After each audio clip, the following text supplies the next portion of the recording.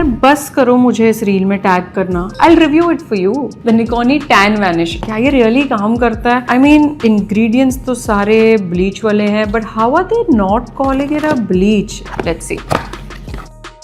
अच्छा, so technically in a bleach there's always a redox reaction and that is what irritates. Now what this brand has done is they've used Glutathione and Kojic Acid for their properties of reduction and helping in this redox reaction rather than using it for skin lightening. Really smart move. But am I convinced? Let's test it. Normal skin, oily skin, sensitive skin. तुम तीनों try करो.